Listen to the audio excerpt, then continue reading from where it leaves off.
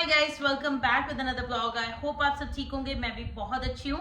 और आज मैं आप लोगों के साथ कनाडा का जो इमिग्रेशन का नया प्लान आया है, वैसे तो मैंने आपके साथ इसके बारे में लास्ट वीडियो में भी बातें करी हैं, बट मैंने आपको लास्ट वीडियो में बताया था कि इन्होंने जो नंबर ऑफ एप्लीकेशंस आए इन सर्टेन स्ट्रीम्स वो कम कर दिया। यानी कि अगर कोई भी स्ट्रीम लगा लो, फेडरल स्किल्ड वर्कर स्ट्रीम लगा लो, या parents and grand parents visa लगा लो, या फिर स्पाउस वीजा लगा लो, सारी एप्लीकेशंस के बारे में जो अलग अलग चीजें आई हैं वो मैं आप लोगों के साथ आज की इस वीडियो में शेयर करूंगी। मेरे पास पूरा प्लान है, इसका लिंक मैं आपको डिस्क्रिप्शन बॉक्स में दे दूंगी, क्योंकि बहुत सारी चीजें होती हैं जो कई बार हमें वीडियो देखते देखते समझ में नहीं आती, बट बाद में जब भी आपको टाइम लगे आप खुद से देख सकते हो, उसको प्रिंट भी कर सकते हो, राइट। तो आज मैं आप लोगों का ज्यादा टाइम वेस्ट नहीं करूंगी, फटाफट से वीडियो को शुरू करते हैं। बट वीडियो को स्टार्ट करने से पहले मैं आपको रिक्वेस्ट करना चाहती हूँ, चैनल पे नए आए हो तो चैनल को सब्सक्राइब, वीडियो को लाइक एंड शेयर जरूर कर देना। अगर मेरे साथ अपॉइंटमेंट बुक करना चाहते हो कि किसी चीज को लेकर कोई डिस्कशन करना चाहते हो तो डेफिनेटली आप मेरे साथ अपॉइंटमेंट बुक कर सकते हो, जिसका लिंक आपको मेरे डिस्क्रिप्शन बॉक्स में मिल जाएगा और उसका लिंक आपको मेरी इंस्टाग्राम की बायो में भी मिल जाएगा। अब सबसे पहले बात आती है कि इमिग्रेशन का प्लान जो है वो क्या अच्छा आया है या बुरा, जो सिंपल शब्दों में मैं आपको बताऊंगी। इस बार का जो इमिग्रेशन का प्लान है डेफिनेटली वो चेंज हुआ है, मतलब नंबर ऑफ इमिग्रेंट्स कम करने की बात हुई है। आपको मैंने पहले भी बहुत सारी वीडियोस पहले में जैसी कोई न्यूज आती है तो आप लोगों को पता है कि मैं शेयर करती रहती हूँ। सबसे पहले भी इन्होंने वही लिखा है इसमें कि इसमें हम नंबर ऑफ इमिग्रेंट्स जो है कम करने वाले हैं, मतलब अप टू 5% तक हमने उनकी रेशो जो है वो लेके आनी है। और 5% तक की रेशो जो उन्होंने बोला है बाय द एंड ऑफ 2026 तक हमने करना है, राइट, ठीक है। और जब 2023 में इनका प्लान आया था, मतलब 2024 एंड 5 एंड 6 का आया था, जब भी कोई प्लान आता है जैसे अब आया है 2024 में, अब 2025, 2026 एंड 2027 का आया, मतलब अगले आने वाले 3 सालों का आता है, 5, 6 एंड 7। जब 2023 में आया था तो 2024, 2025, 2026 इन 3 सालों का आया था। जब इन 3 सालों के लिए बात करी थी तो इन्होंने बोला था कि 5 लाख लोगों को जो है कनाडा में बुलाया जाता है, मतलब एक साल में 5 लाख इमिग्रेंट्स आएंगे, ठीक है। अब की जो लेटेस्ट न्यूज आई है, जो 2025 से 2027 का प्लान आया है, उसमें 1,05,000 कम कर दिए हैं, यानी कि 2025 के लिए 395,000 नंबर ही दिया है, यानी कि 3,95,000, राइट। तो ये नंबर जो है काफी कम है और उन्होंने ये भी बोला है कि आने वाले सालों में कम होता दिखेगा आपको। In keeping with these reductions, target for new temporary residents arrivals are set to this, right. तो वो सारे नंबर्स लिखे हुए हैं जो मैं आपको, मतलब जैसे मैंने आपको बोला कि मैं उसका लिंक आपको दे दूंगी। तो मैं आपको मेन चीज आज बताना चाहती हूँ वो ये है कि जो नंबर ऑफ एप्लीकेंट्स जो है कम करने वाले हैं ये, ठीक है। वर्कर्स की गिनती, ऑब्वियसली वर्कर्स, सबसे पहले तो वर्कर्स की बात कर लेते हैं, स्टूडेंट्स की और वर्कर्स की। बहुत सारे स्टूडेंट्स आपको पता है कि कनाडा में आते हैं।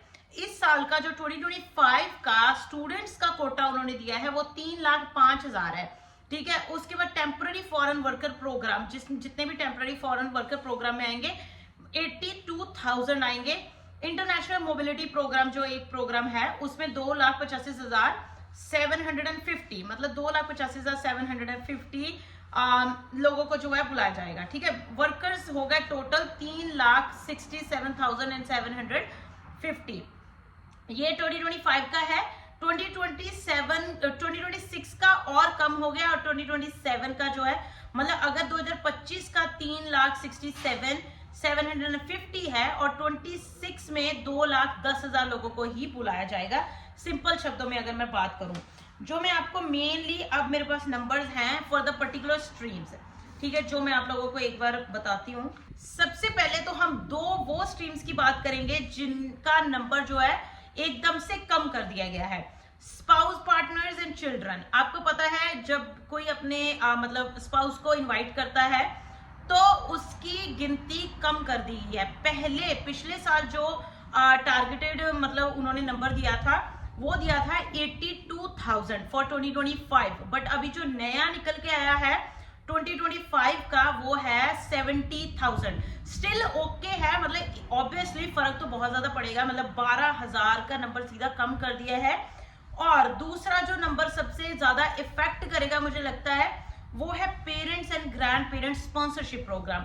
आपको पता है पहले ही मतलब लास्ट जो पेरेंट्स एंड ग्रैंड पेरेंट्स की एप्लीकेशंस ली गई थी वो 2020 में ली गई थी। उसके बाद नई एप्लीकेशंस ली ही नहीं गई अभी तक, और जो मतलब मेरे ख्याल से बहुत सारी एप्लीकेशन सबमिट हो गई थी। और जो पहले इसका कोटा होता था 1 साल के एप्लीकेशन एक्सेप्ट करने का, वो 32,000 का होता था। लास्ट ईयर 2025 के लिए भी 32,000 ही बोला गया था, बट अभी जो नया प्लान आया है उसके अकॉर्डिंग वो भी कम कर दिया गया है, 24,500 ओनली। मतलब कहाँ 32,000 था। आपको सुनने में लग रहा होगा कि इतनी ज्यादा एप्लीकेशंस कम नहीं करी हैं, but that effects the most. अब और भी है, मतलब ये तो सिर्फ 2025 का इन्होंने बताया, 2026 में तो और भी कम होने वाली है। 2026 का जो बताया गया है, इस साल 24,500 है, 2026 में बोला गया है कि 21,500 हो जाएंगी।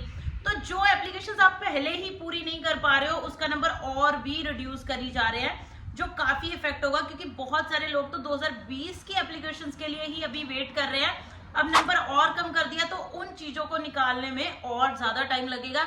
मुझे लगता है 2025 तक ये नई एप्लीकेशन लेंगे ही नहीं, जैसे इस साल भी नहीं ली।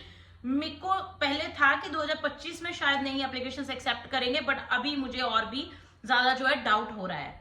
जो सबसे ज्यादा फायदा हुआ है, ये तो 2 चीजें थी जिनमें नुकसान हुआ है, मतलब जिनमें कम मतलब है करे हैं नंबर्स, बट जो सबसे ज्यादा फायदा होगा वो बहुत ही अच्छी न्यूज है आप लोगों के लिए।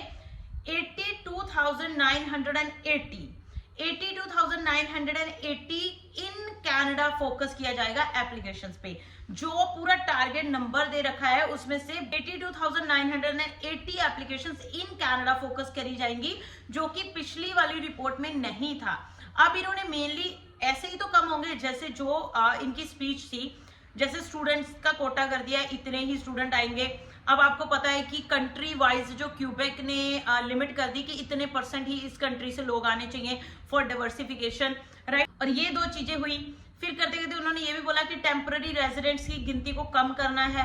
तो टेम्पररी रेजिडेंट्स की गिनती को कम करने के लिए यही तो 2 चीजें मेन बोली थी कि जहां तो हम उनको PR दे दें, जहां फिर जो है वहां से मतलब आउट ऑफ कनाडा से लोगों को बुलाना जो है कम कर दे, ताकि हमारा जो टारगेट नंबर है गेट टू 5% ताकि वो अचीव हो सके बाय द एंड ऑफ 2026।